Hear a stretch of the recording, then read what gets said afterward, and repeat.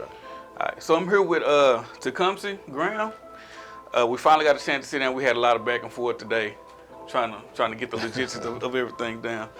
But I'm glad he got a chance to sit down with me. I appreciate your time, man. I really do. This little thing I'm trying to do. You know what it is, right? I kind of gave you. Yeah, he gave me a spill. Looking for young men who are doing positive things and just kind of see the origin of where they come from, where they're going. Exactly. And that whole process. Yeah, just so the younger people can see the same what you just said. Yeah. So if you would, just give us a quick introduction of yourself and what you do and all that good stuff. Well, no.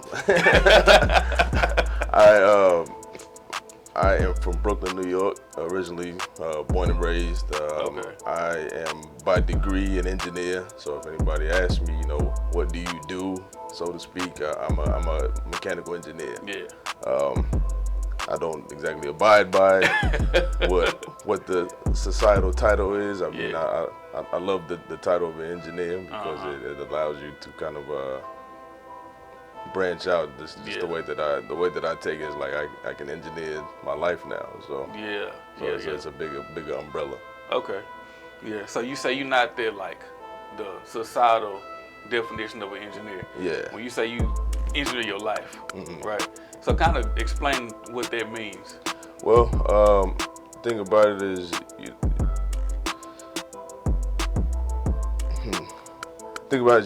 you making choices. So everybody makes choices, right? And it's interesting because the book that I'm reading right now is called The Millionaire Fast Lane by M.J. DeMarco. Gotcha. And it talks a lot about choices and engineering opportunities for yourself, and you can take every day that you wake up as a blessing, or you can roll over and complain about it. But the thing about it is, that fork in the road every day for you is your choices. Right. And so, and I just now started kind of learning a little more things and taking things seriously within the past few years about engineering my life is like trying to create opportunities and put things in place to where I want to be.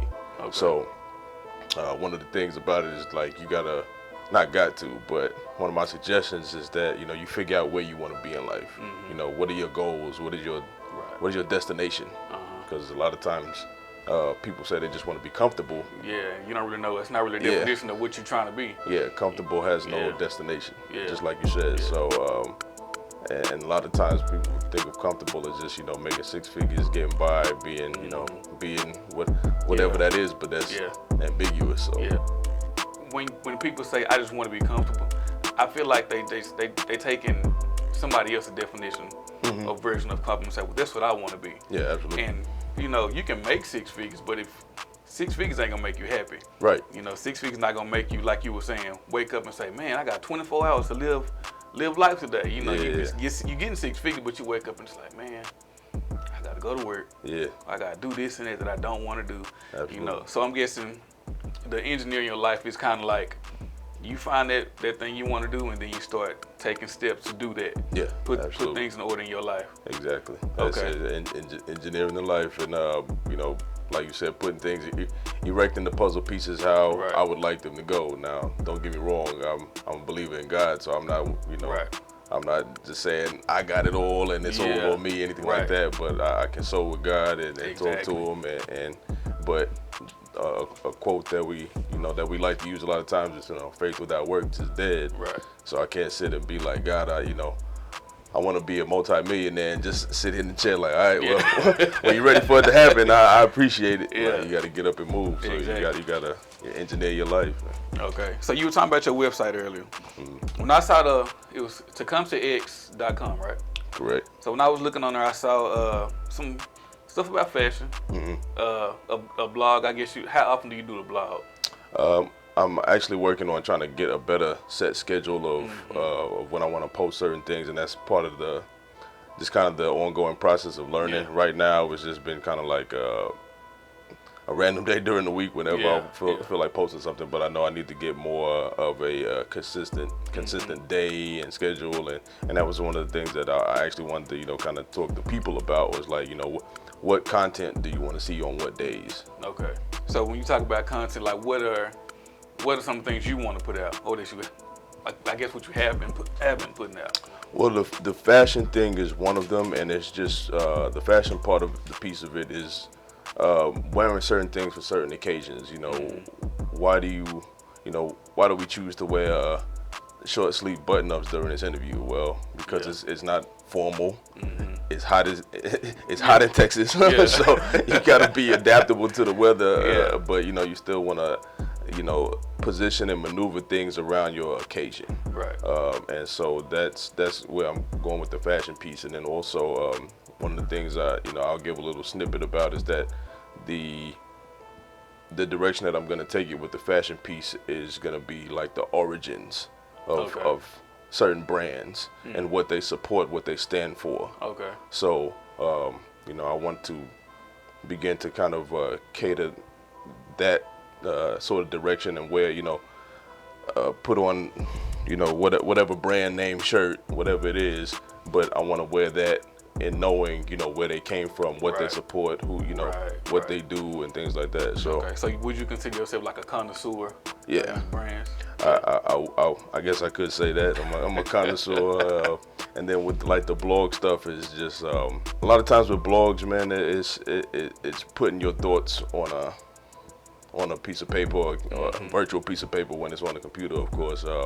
And just kind of sharing the daily steps, because a lot of times with social media, and I think we've all probably seen this post more than likely, is that not everybody, but a lot of people post the good stuff. Yeah. They post it's social Everything media. is perfect. In media itself, we see, on the news they post and, share what they want to share. But I want to get into a better comfortable space of where I'm sharing everyday things I'm going through, like the good and the bad, the struggles and everything. So that's a step there. Yeah. Because before we talked on camera, I was talking to you about arguments that I had with people or whatever, and especially like relationship stuff, people you closest with. It's hard to be open with. You don't know who's gonna read that stuff. Absolutely. So I think that's a major step, and it's a big. I think that more people should be influenced just by that.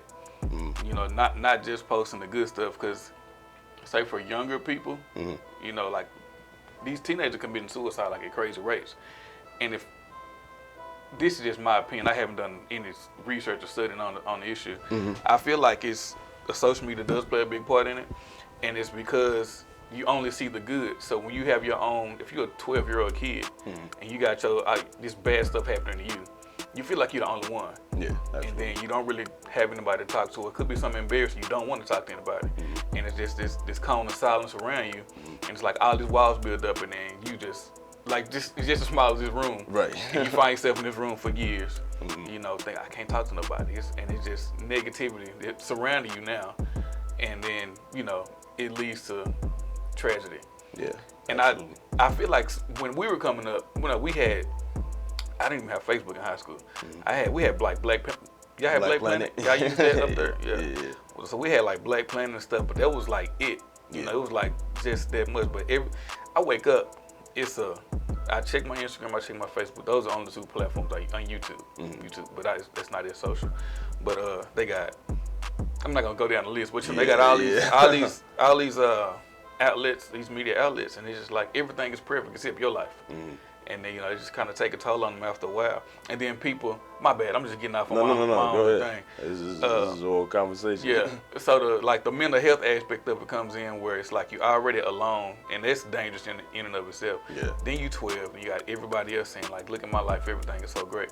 I feel like if more people did what you're talking about and actually put themselves out there and say, well, these things also happen. Like, this is the good side, and this is the bad side. Yeah. You got to take it as it comes. You can't have one without the other. I think if more people did that, were more open and honest about how life actually is, those rates will go down. People, overall will have a better sense of self-confidence. Yeah. Because, I don't feel like my life is so bad. I'm making all these wrong decisions, and I'm the only one going through this. You feel me? So correct. I can appreciate that you want to put the good and the bad out there. Yeah, it's like you said, it's a learning, it's a learning process for me myself, just because, like you said, you don't want everybody to know your business. Yeah. But at the same time, in the case of the 12-year-old kid, you have some situations where you might have somebody who's way older than this kid trying to tell this kid how to deal with, whatever situation that he's going through. But if there's no connection and no relatability in between that, then he's not going to identify with your ideologies you think. And it's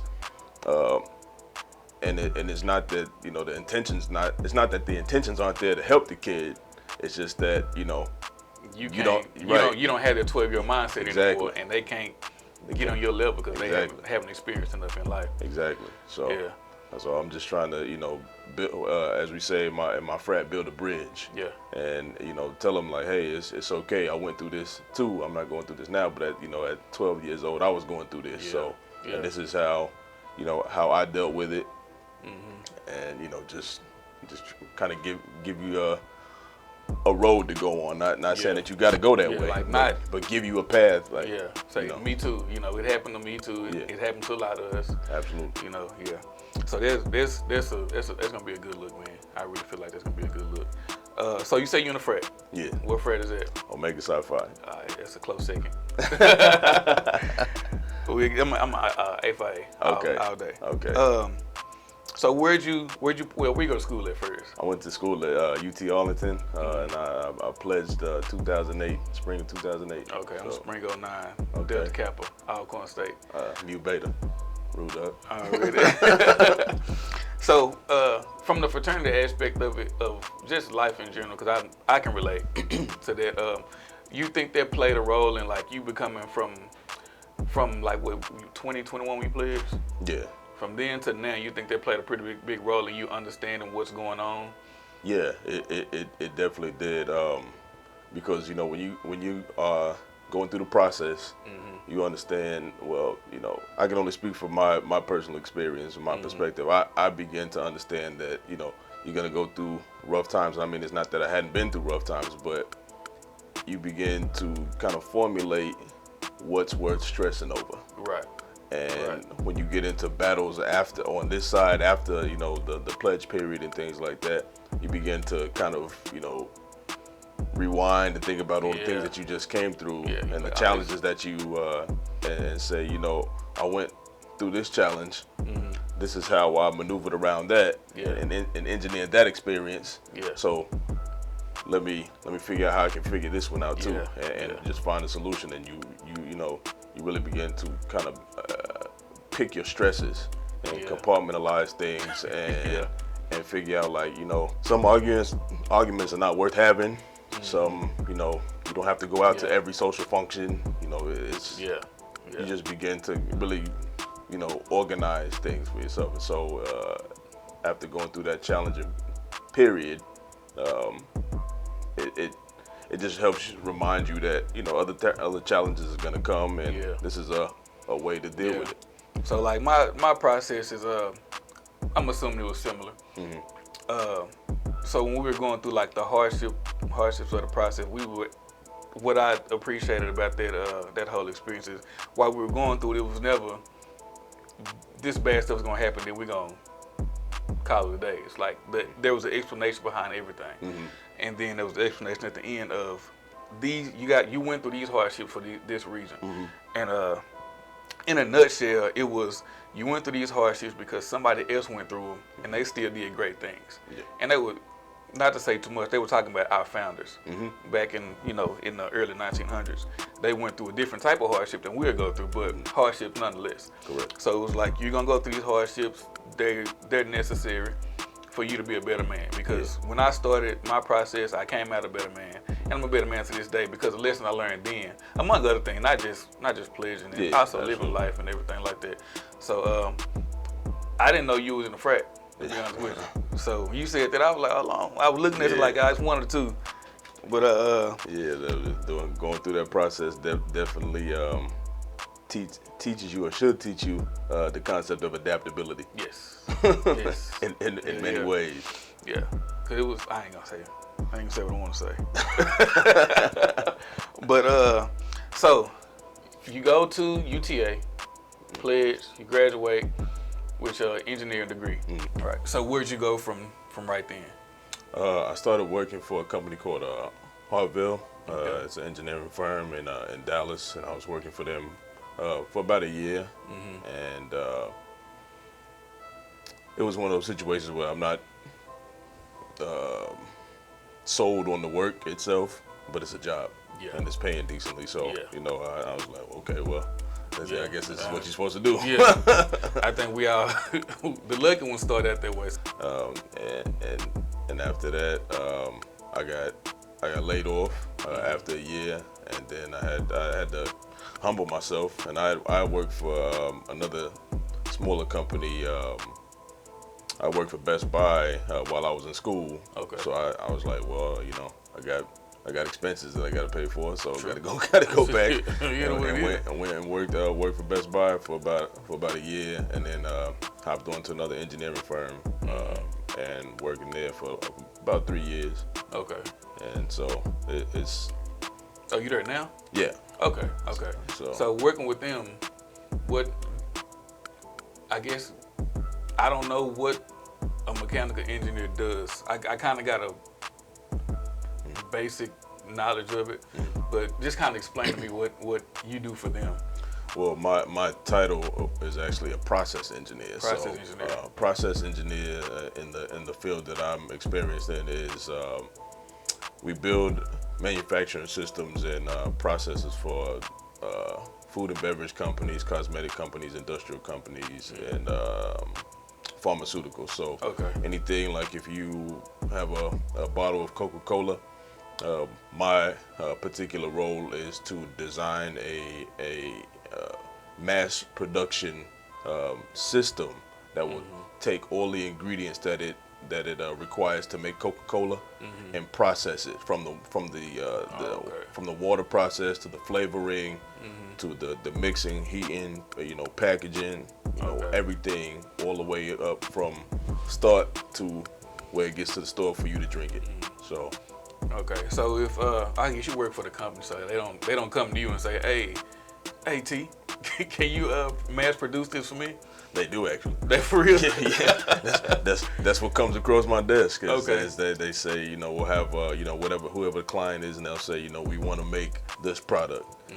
We want to make it at this capacity per year. Okay. We want to make it however it is that they want, and trust me, it's as blank and unorganized as I'm telling you right now. They just come say, here, we want this. Yeah. And I'm supposed to just be like, okay, well, I'll figure it out for you. And Yeah. so I gotta, take a high level look at everything, and you kind of see, where did it come from, and where do you want to be, what's the best, and then you got to do kind of like project management style stuff too, where you got to estimate costs, see what's efficient, figure out a schedule. It's the whole thing, and That's a lot. it is. That make me tired. Just listening. Hey, man, I don't have no hair right now. So, but the thing about it is, I while I'm not, and I'll probably revisit this subject again, not subject, but particular saying again later on in the conversation. But I'm not married to the work. Yeah. But I appreciate the process of it because it makes me be analytical, and it helps me to kind of continue to refine my attention to detail. Yeah. Because something like what happened with the whole Bluebell thing a couple years ago, where they had like a listeria breakout and everything. See, I don't know what the whole origin of that was, but something like that would have affected my entire industry. Yeah. And so it really comes down to, if I make a mistake in what I'm doing, that's millions of lives that could be affected. If I do something wrong and make a wrong calculation, and there's a certain product is put too much in a Coca-Cola bottle, and then it poisons people, that comes back on me, on my flawed design. Yeah. So, damn. So I got to pay attention to what I'm doing. All right. Do you work with Coke for real, or you just using them as an example? No, I've worked with Coke. I've worked with Coke. I've worked with Pepsi, Dr. Pepper, Tropicana, Mary Kay. I've worked with a whole lot of different companies. Cause this is what it sounds like to me.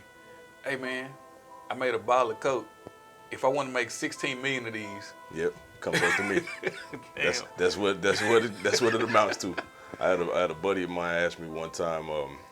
He was talking about making milk, and milk is actually probably one of the most. That's one of the industry foundational standards. It's a document called the PMOs. It's a pasteurized milk ordinance, and milk is the most sensitive, one of the most sensitive products to work with, just because you have to separate it, heat it, cool it. You can do so many different things with it.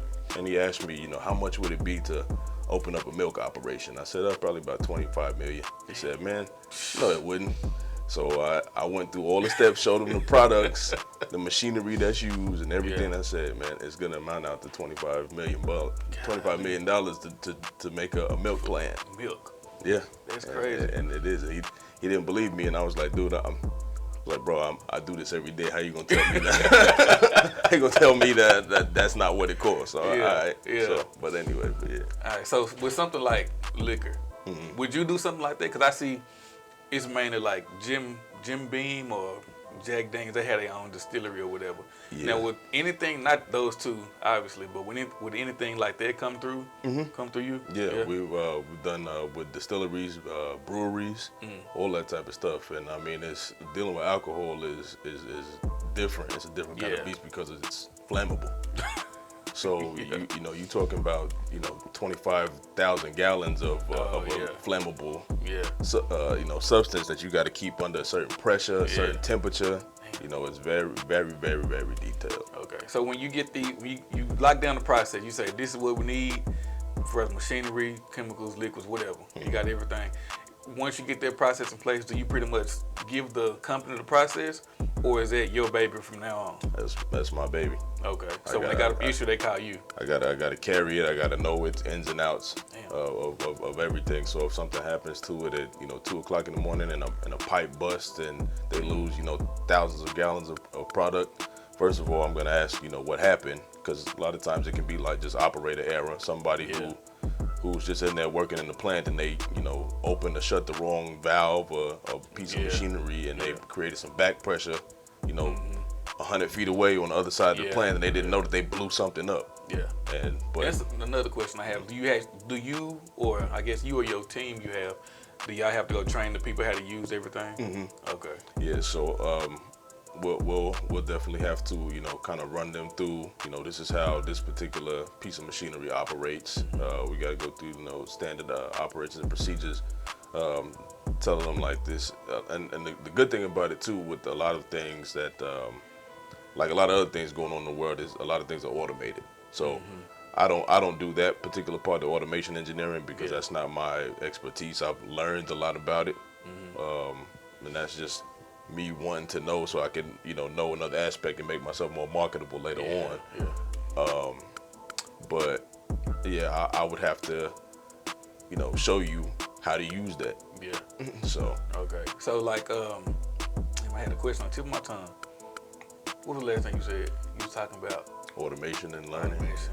Oh, as far as marketing yourself, do you do? In my field, we call it freelance work. Do you do work on your own as an engineer, or do you kind of stick with your company? I can. I don't. I don't.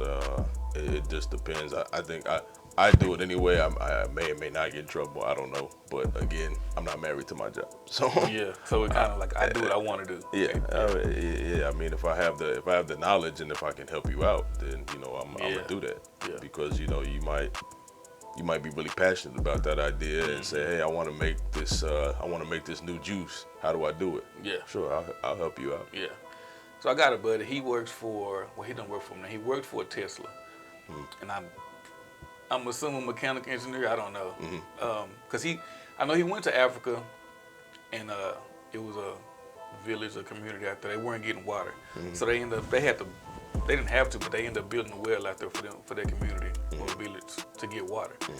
Have you ever done anything like that? Like, I haven't, but that would be something I would be interested in doing. Yeah, because he's not a compassionate dude. He's just more like I kick it. I do what I want to do, whatever. But when he went to Africa and came back, and he was telling me about that. I was like, did you find compassion, bro? What's going on? He was like, man, it was just an awesome experience. He don't talk like this. He was like, awesome experience, helping people, just like the kids' faces and everything. I was like, man, you a new person. But I was like, that's pretty cool, man, just to be able to help people out like that. And that's why I just seen if you ever Yeah, I don't have I don't have a specific experience like that in the engineering, but I do. I would like to do that. You know, that's something a project I would love to get involved in. Yeah. If I hear stuff all the time. If I hear about anything like that, I think you might be a fit for it, man. I definitely let you know. You tell me you're not married to the job, and it's kind of like I do this, but I don't have to do this, you know. So with that and what you were telling me about, I guess, do you have any like memorable jobs or jobs you're like, man, I'm really proud of myself on that job? When I say I'm not married to my job, like you say, I'm choosing to be here. I'm choosing to do this. You know, I can go do something else if I really wanted to. But and to answer your question and get back on topic, I do have like there's a specific project that I worked with Tropicana, and it's called a sterile water system, and that was pretty complicated. Yeah. And that was it was about a year ago, and it was my first time kind of dealing with something like that. And so it was I want to say that was about an 11-month project, and you know I got to see everything from really like raw start to finish, and that was kind of the first time I've seen everything from a raw start to finish, because other projects has been like things are existing already, we're just coming to modify this. Okay, so that was your first project from beginning to end. Yeah, that was, and that one was a lot of fun because it just had a lot of working pieces. There was a lot of difficulties that happened, a lot of challenges that I had to overcome, some mistakes that I made that I took responsibility for, but and got chewed out for it a couple of times by my superiors. But the thing about it was that it's not the problem itself; it's how you solve it. Right. So always. That was a lot of fun, and I went down to the Naked Juice plant in the Tropicana Naked Juice plant in California. Okay. And it smells real good in there. It smells like fruit. It smells like fruit juice in there. So it smells great in there for one thing, but it was kind of surreal to see it all come together from a design standpoint on paper to actually seeing these pieces come in and seeing guys sitting there welding on these pieces and putting them together in the exact operation that you meant for them to go. I bet that is dope. Yeah, it's a pretty proud moment. Yeah.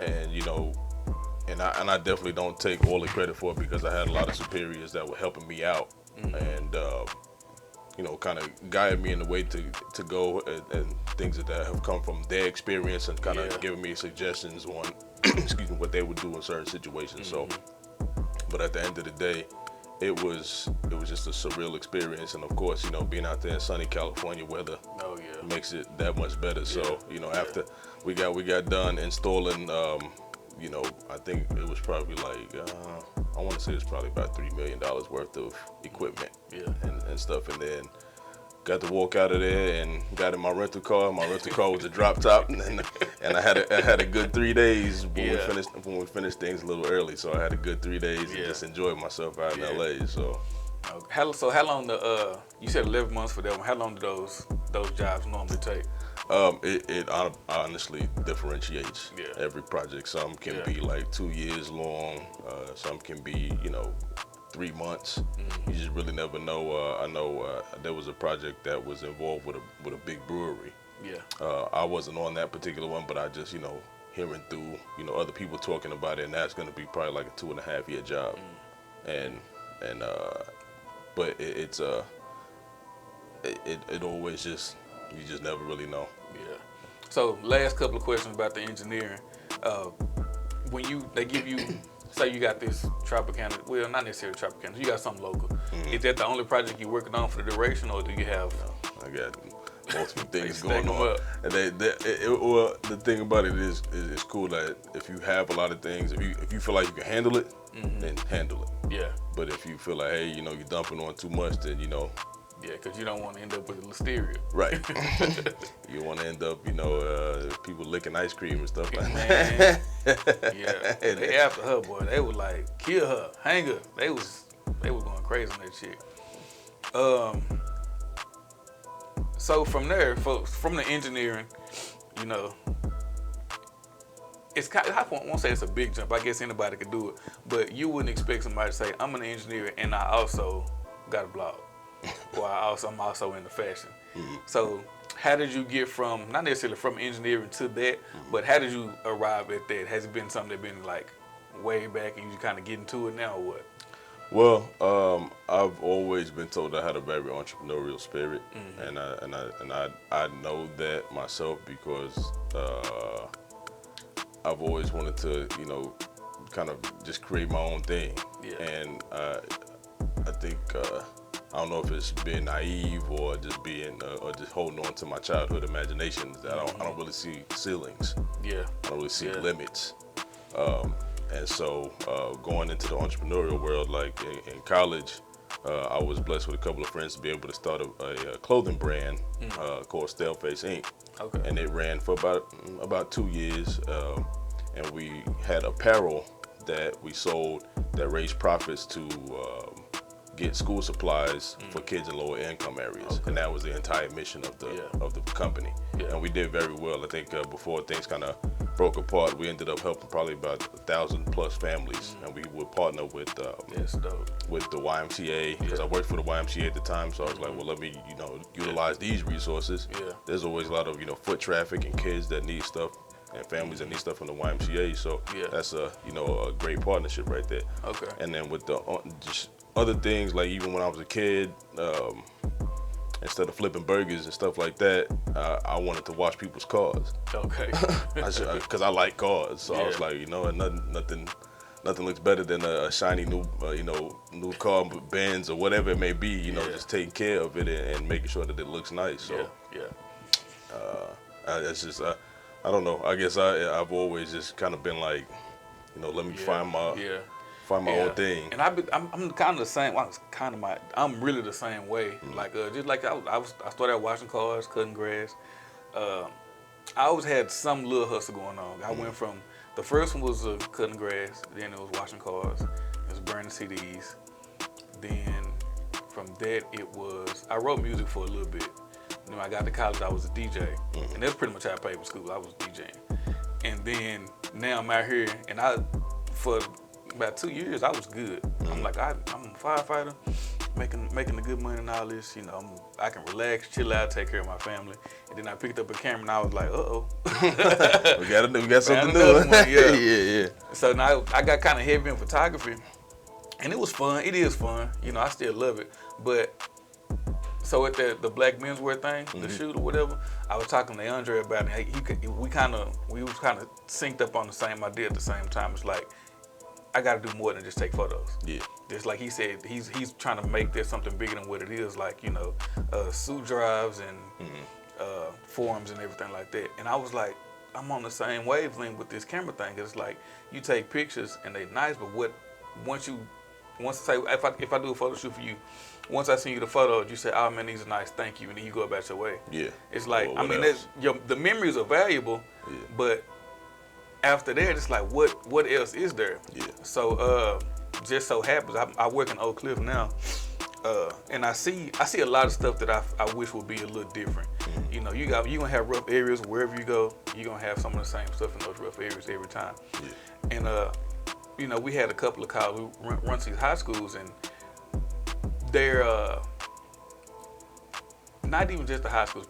The high schools, people's houses, you hear them talking when you're out and about in the streets or whatever. And it's like it's not that they don't want to do things, not that they don't have drive. They just don't know what's available or what could be available. Just like you did the school supply drive. If I'm lower income and I don't have school supplies, I just don't have school supplies if I don't know that the YMCA is doing the school supply drive. Just like, as far as being an engineer or an entrepreneur, you don't have people around you who are entrepreneurs. You don't know how to make your own money. You don't know you don't even know that it's over there. You're kind of blinded. Yeah. So that's why I started doing this. I'm like, I got to do a little bit more to just so my people will see, it's possible to do something other than, work at McDonald's or even go to college and be whatever it is. Because I haven't asked you this, but I'm pretty sure you probably enjoy entrepreneurship more than you do working your corporate job. Yeah, absolutely. And I'm also sure that the corporate job pays more right now than your entrepreneurship does. Yeah. But even with that, it's like I still want to do this thing, because that's where your joy comes from. Like I love doing what I do, just like you love the entrepreneurship half of what you do. Mm-hmm. But they don't know that that's even a possibility because maybe you can't be an engineer, but you could write a blog. Yeah. You could talk about your day to day. Anybody can do that, and if you're interested enough, you get people to pay attention to you. You get paid that way. So that's why I'm doing all this. Because it's a great thing to be doing. You gotta, you're trying to get the voices out to people that where it needs to be heard. And this particular project for you is showing people. Yeah. And showing people who are like us that you don't have to be what somebody else tells you that you have to be. Right. Exactly. And you can. And I think that's one of the things that kind of kicked me in the head probably about 3-4 years ago. Again, was that you don't have to lose your childhood imagination, just fine tune it. Yeah, make it make sense. Exactly. Remember that, because when we were kids, all of it was you can be whatever you want. Yeah. And then as we got older, it started playing into practicalities and be realistic and do all these things, and it just begins to formulate you, just like you talking about as the 12-year-old kid. It begins to formulate your ideologies and what you believe in, the direction that you go with your decisions that you're making. It just everything is catered on whatever path of education that you got, whether it was in school or at home. Yeah, because it was like so I'm a journalism major, so this is actually within my major, which is crazy. But so I got out and I became a firefighter, and it was like, not for me specifically, but my wife. So she's a nurse practitioner and she teaches at UTA. Now I heard she was supposed to be the nurse practitioner because her mom was that. She went to school for that, and it was supposed to be her life. So she works as both. One, she does PRN, which is per need or something like this. She does it when they need it, when they call her, she does it. So she hates that though. She don't like doing that at all. She like teaching. She loves teaching. So, and it's not just her, but it's a lot of people who say, well, I graduated with a degree in this, so I got everything, all of my energy needs to be focused on getting a job, doing this, and being successful doing this. And when you do that, you limit yourself so much just because success it's ambivalent. It's all over the place. Yeah. But when you take that, you just narrow your success area right here, and it's only so many things you can do in any field. Like I know engineering is pretty wide, but even with that, like if you feel like you have to be an engineer, it's wide. It's a wide array of things you can do in engineering, but it's like this is how wide it is. Yeah. And your success is right here. Yeah. But you won't get to it because you focus on engineering. Yeah, absolutely. I agree wholeheartedly, because if I wanted to go switch up and say I wanted to be a software engineer instead of a process engineer or mechanical engineer, well, I don't have software engineer background, so I'm still limited. Yeah. You still pigeonholed into whatever it is, and that could be, depending on how you look at it, it can be good, it can be hurtful sometimes. Yeah. And I think that's what happens a lot with any profession. It's just because you, and I think that's kind of a higher level look in corporate America anyway, because what if I want to go be an accountant? Tuesday, I just say, hey, I just want to switch careers and be an accountant instead of an engineer. I can't just go do that. I gotta go through all the processes and learn all the steps of how to be an accountant. I can't just switch it up. Exactly. And so it's a good thing. And I mean, don't get me wrong, I like engineering, but I take away a different. I take away my engineering experience and my corporate experience to put towards the entrepreneurship. To engineer that. You know what I'm saying? So and that's kind of what I've been doing, and it's slow moving. This stuff it don't look like much, but this stuff was expensive. Oh, I know. And I was like, gotta make sure I don't kick none of it. I know. It got to a point. Me and my wife was at the table and we was debating like, look, I'm buying this camera. She was like, no, you're not. I said, no, for real. I'm buying this camera. I had to give a PowerPoint presentation on why I needed it and what it, man. But now, back in school at home, man. Yeah. So now what I did do though is I took that money from my job, put it into what I want to do, what I really enjoy doing, and then once I did that, I had a lot more money to go buy stuff that I needed or stuff that I didn't need, because there's a lot of that shit out there too. Yeah. It was like I got a pile of stuff at home. Yeah. It's in a thing about this high about stuff I didn't need. But anyway, this what is it? Take the I can't think of the saying right now. It's pretty much like what you're saying. Take the money from your job and put it in your dream. They got a saying for it. I can't think of it. I'm sure there's something about power in a dream. I don't know. I'm sure there's a cliche statement for just about everything. Oh, yeah. but yeah, I mean that's the way to do it. Take you use them more than they using you. Yeah. That's one of the things I've looked at. If you for whatever reason you hurt your ankle tomorrow, you can't go to work Monday. Somebody be on Monday doing your job. Exactly. So at these jobs, we are expendable. No matter how important you feel at the job, we are expendable. Yes. So that's why I like doing this, because it gives me a sense of value as well, like within myself. Because at the fire department, it's like I do my job. Here, I'm the only person doing this for me. So I feel important doing it. I feel like my work is important enough to. I don't know. That's a good aspect to have though. Yeah. Because you talk about how the corporate job pays more, but you can even break that down into a category of what is your pay. You want to get paid in money, or you want to be paid in satisfaction. Yeah. And in true purpose and value. That's a good point. Because I mean, if you had to put a price on, like, you really can't. If somebody said, I got an hour of happiness for you, how much would you be willing to pay for the hour of happiness? Yeah. You can't really put a right, put a number on it. So it's like, you can pay me $1 million, but how much happiness comes with that $1 million? Yeah, absolutely. And so with the job I have, I'm content most of the time. But you got bad days. It's like it's like any other job. But I feel like doing what I do, doing something for yourself. I keep making it about me, but doing something for yourself that you've thought about and you decided that it was important. When you start finding success in something that you've decided for yourself is important, like, they can't pay you. They can't pay you to feel like that. Like, there's something that comes from within, because it's something that you put your hands and your mind on. So yeah, compensation and value is priceless. Yeah. So the lady, my wife, it's like, she knows that I'm kind of to the point where I'm like, I'm out of that, and she knows I'm really enjoying this, and I think she's nervous about it. I'm like, I'm not gonna quit my job before before something that's steady, because I got kids to take care of. Yeah. It ain't just me out here. If it was just me, I'd have been done. But it's like, with that part of it, it's like, I got that job and I got this, so everything is gonna move slower now.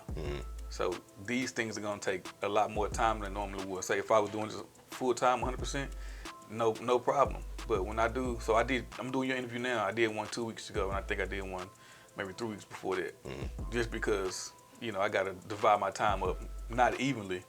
Family needs more time than anything. Yeah, absolutely. So doing them with that much space in between, I'm supposed to be done with this series. I'm halfway done now. Okay. So, I'm telling her, like, these things gonna happen. It's gonna happen slowly, and she just don't see it. I'm like, 'cause she don't have the entrepreneurial spirit at all. She thinks like you gotta come to a brick and mortar building, work there, get a check from the guy in the back, and then go home and spend it on your bills. Yeah, that's a tough thing to deal with, and I'm the same. I'm in the same boat. As far as my girl, she doesn't really know and doesn't understand the entrepreneurial journey, just for a lot of the same reasons. And it comes from, I think for me, I would say that it comes from a lack of really knowing what you want.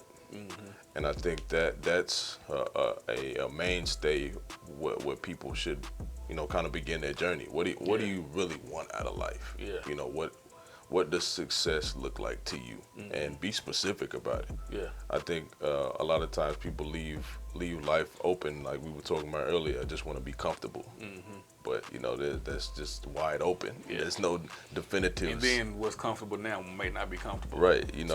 Make it. You might make 200 grand beginning next year, and that's a good living. But 5-10 years from now, 200 grand is going to be the standard. Yeah. And that's just how numbers and inflation and things like that Yeah. work in politics. So, but I go through that same type of thing, and that's what I was talking about with adaptability earlier, because I want her to see my vision. Yeah. And it's hard because I can't tell her these things. You got to see it. Right. Yeah. Because I can try to talk to you, but if you don't understand, then it's just we're gonna butt heads. Yeah.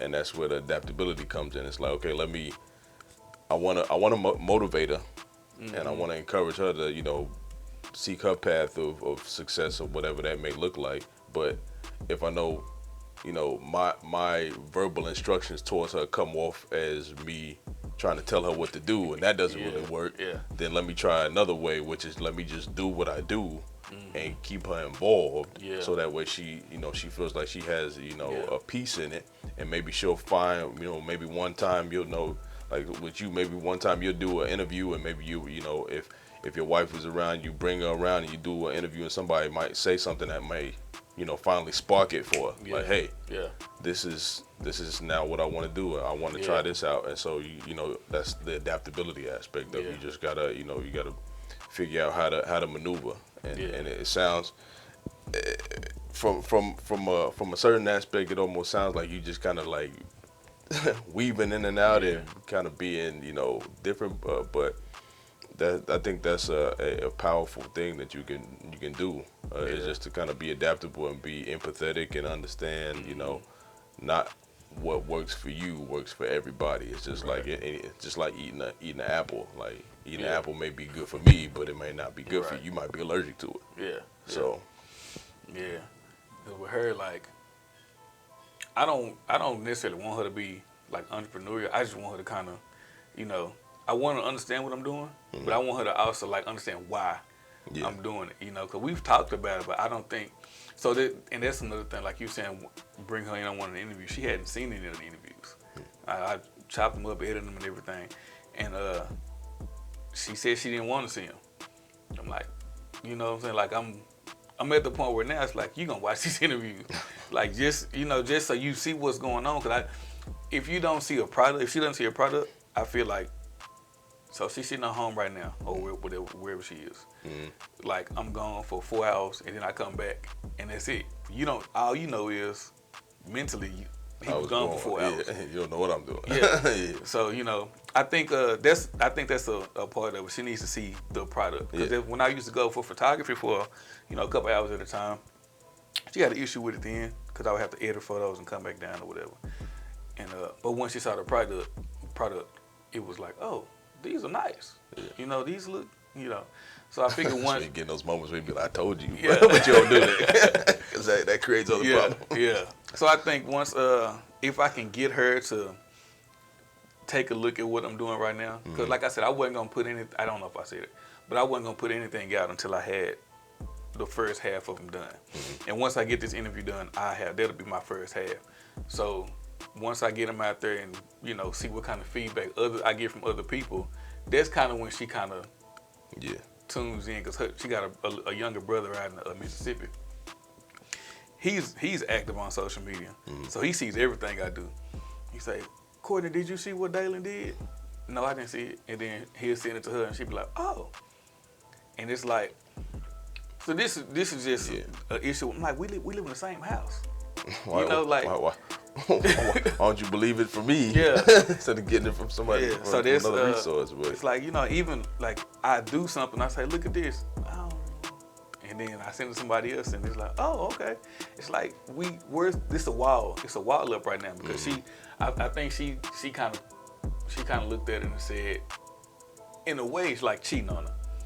It's like, you gone for this amount of time, and when you get back, you gotta edit this stuff, and it's like, you care about that too much. I'm like, I care about it, but I'm like, you still come first. You know, you and the family come first.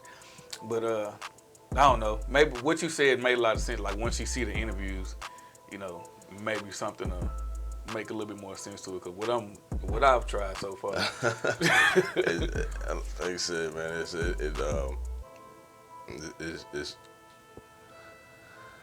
it's all about what you want out of life, and then something else that I've come to understand is that habits, and you want what you want, and a lot of times you know people are gonna form a path or a method to get where they want or what it is they want. Yeah. And so it's better that at least you like trying to get her involved instead of just sneaking behind the back or do it behind the back because habits are what they are, and a lot of times people don't stop what they're doing, they just find different ways of doing it. And that can be a good and a bad thing. But like I said, it's all about what you want, what you want and what direction that you want to go, because it just helps you stay on task, stay on focus. And I mean it gets difficult, but again, you're here, you're doing it. You had a couple of uncomfortable conversations with her regarding it, I'm sure. But you doing it and you sticking to it because it's something that you love and you're passionate about, and that you already have imagined. I'm guessing you have already imagined the possibility with it, and that's your goal, that's your your definitive for it, and why you keep reaching, because you've already seen like how big it can be. And I'm sure you've already like had like visions of certain celebrities that you sat down with and everything else. And I mean, you on the news and everything else with it. Not like that, but So maybe that's just me. Taking it real. I imagine. Hey, I see every detail because it gets you internally excited. And it's not even about the for me, it's not even about the any money that might come along with it. It's just that just seeing that come to fruition is the thing. So that's it. Yeah, man. Well, I appreciate you sitting down with me, dog. I appreciate it, my dude. We talked about the website. Whatever information you want to get out, whatever contact or anything you want to say to the people, go for it. Shameless plug session right here. No, just the website is tecumsehx.com, and I will have a lot more synchronization going forward with everything that will be on the website. There'll be stuff about fitness, there'll be stuff about food, and what's going on with my life. And I guess that's something that I really didn't I meant to get into but didn't get to share. A reason why I'm doing what I do currently, and I'm just trying to get to the next level, is because when I was a young guy, when I was a kid, I don't think the camera can see this that close, but I got shot in the head. Oh shit. So and I'm still here. Yeah. So that gives me a daily reminder every day that I have a greater purpose. Right. And I need to go after that, because a lot of people have been through what I've been through, and they're not here. Yeah. And so for me to be able to survive that as a kid lets me know that I have potential, and I want to seek that potential. Yeah. Not to mention that